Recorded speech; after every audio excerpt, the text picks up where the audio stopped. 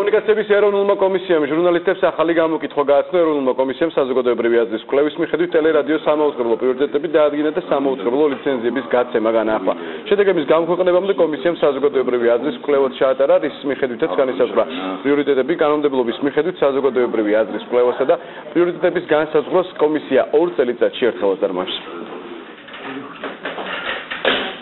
აპრილის თვეში კომისიამ საზოგადოებრივი აზრის კვლევის საფუძველზე დაადგინა ტელერადიო სამაუწყებლო პრიორიტეტები და განაახლა სამაუწყებლო ლიცენზიების გაცემა. ამ ეტაპისათვის გაცემულია 3 ლიცენზია, აქედან 2 საკაბელო ტელემაუწყებლობისათვის არის გაცემული. პარასკევს ჩატარდა კონკურსი თბილისში საერთო რადიო მაუწყებლობის ლიცენზიის მოსაპოვებლად და გამარჯვებულად გამოცხადდა ქალბატონ შორენა შავერდაშვილის კომპანია დეკომი, რომელმაც მოიპოვა რადიო მაუწყებლობის ლიცენზია ქალაქ თბილისში. 1 წელი ველოდებოდით ამ გადაწყვეტილებას და საბოლოო ჯამში პარასკევს უკვე მიიღეს ეს გადაწყვეტილება ჩვენ სასარგებლოდ. 2 განაცხადი იყო შესული და ლიცენზია მოგვანიჭეს ჩვენ. მე ვფიქრობ, რომ არეგულირებულმა ეს გადაწყვეტილება მიიღო იმაზე დაყრდნობით, რომ აქ იყო რამდენიმე ძალიან ინოვაციური ინგრედიენტი ჩვენს განაცხადში. ერთ-ერთი ეს არის ის, რომ